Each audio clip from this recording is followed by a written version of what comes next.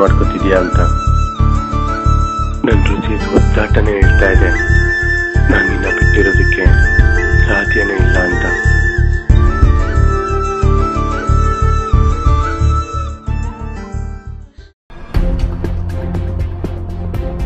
ನನ್ನ ಕಪ್ಪಗಿರೋ ಮೀಸೆ ಬೆಳಗಾಗೋವರೆಗೂ ಇಂಥರ ಸಾವಿರಾರು ಜನ ನೋಡಿದ್ದೀನಿ.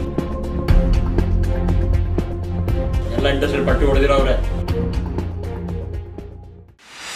ನನ್ನ ಎಂಟ್ರಿ ಇದ್ದೇ ಇರುತ್ತೆ. ಸ್ಟಾರ್ಟ್ ಆಗೇ ಆಗುತ್ತೆ.